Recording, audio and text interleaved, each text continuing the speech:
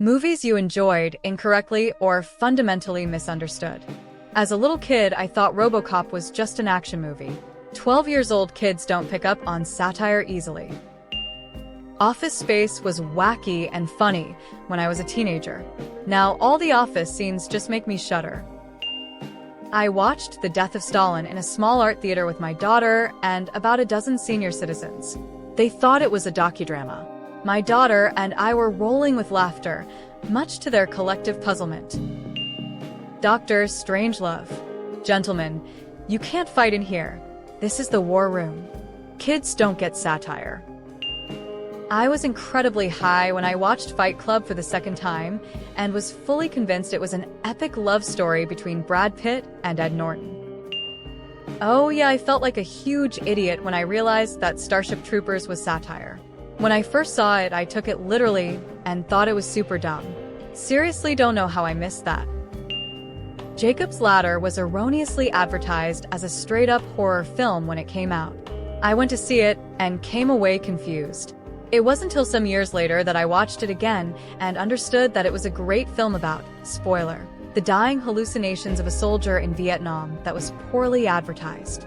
It has horrific elements, but is not at all a horror film. It's become a personal favorite. First time watching High Fidelity, I thought it was a comedy, 'cause Jack Black. 21 years old me had never been in a serious relationship, so all of that stuff just kind of faded into the background while I waited for the funny. Watching it again as a long-time married woman. That's a dark movie. It's two people holding poison in their mouths hoping it will kill the other. This was an issue at a local movie theater that was showing David Lynch's Blue Velvet. People had different reactions to the movie. I was 19 or 20 when Showgirls came out, and I earnestly thought it was so sophisticated and glamorous. Reservoir Dogs was a cool heist gone wrong action film when I was younger.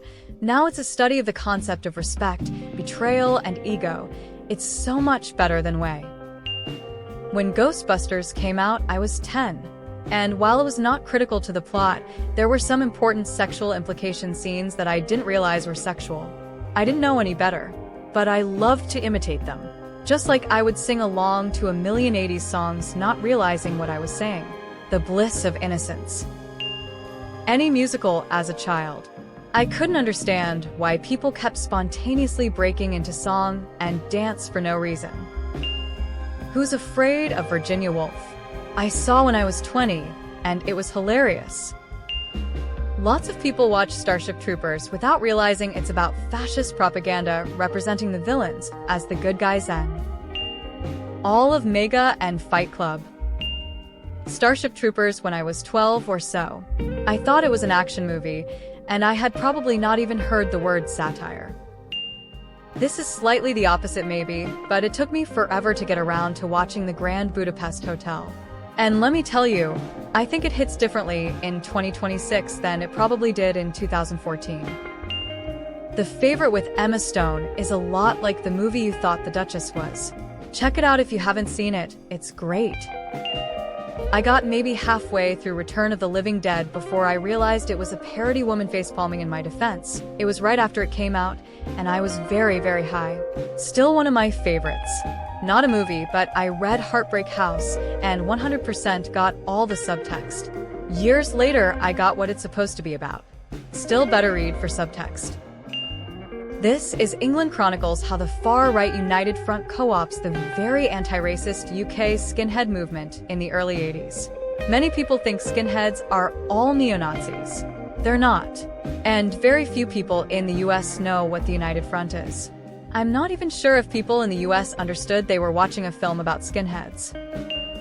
As a kid, I enjoyed Ferngully as a fairy movie with a funny bat. Hexus scared the bejesus out of me. As an adult, damn. The movie is deep and a bit depressing. Warlock. I laughed at Richard Grant's straight man antics.